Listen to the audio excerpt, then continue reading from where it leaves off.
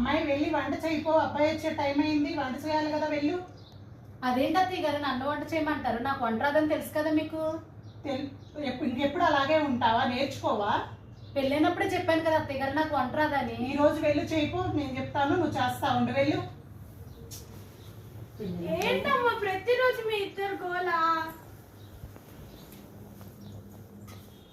పెళ్ళైనప్పుడేమో సరే అన్నారు, ఇప్పుడేమో వంట చేయమంటున్నారు. అత్తయ్య గారు చెప్పండి ఏం చెయ్యాలి? స్టవ్ ముట్టించావా? ముట్టించాను. గిన్నె పెట్టు. పెట్టాను అత్తయ్య గారు. పెట్టావా? పెట్టాను. కూర పెట్టేసే, కూర వేసేసాయి. వేసాను అత్తయ్య గారు. పసుపు ఒక స్పూన్ వేయి. వేసాను అత్తయ్య గారు. కారం 2 స్పూన్లు. కారం 2 స్పూన్లు. ఉప్పు ఒక స్పూను. ఉప్పు ఒక స్పూను. ధనియాల పొడి అత్తయ్య గారు. ధనియాల పొడి ఒక స్పూన్ వేయి. గరం మసాలా అత్తయ్య గారు. అది కూడా ఒక స్పూన్ వేయి. జీలకర్ర పొడి ఏమైనా వేయాలా? జీలకర్ర పొడి కూడా ఒక స్పూన్ వేయి.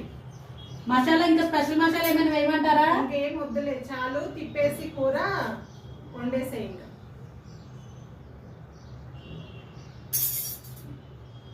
తిప్పాను అత్తయ్య గారు. అయిపోయిందా? అయిపోయినట్టే ఉంది. ఏదో ఒక స్పూన్ తీసుకురా, టేస్ట్ చూద్దాం. స్పూన్లు లేవు అత్తయ్య గారు, అన్ని స్పూన్లు అయిపోయినాయి. అన్ని స్పూన్లు వేస్తావా? అయిపోయినాయి అత్తయ్య గారు. సరే గిన్నె తీసుకొని రా, చూద్దాం.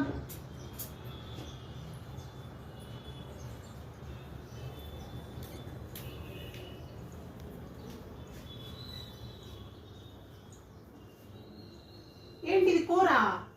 మీరే కదా అత్తయ్య గారు 2 స్పూన్లు కారం, 1 స్పూన్ ఉప్పు, 2 స్పూన్లు పసుపు, గరం మసాలా అన్నారు.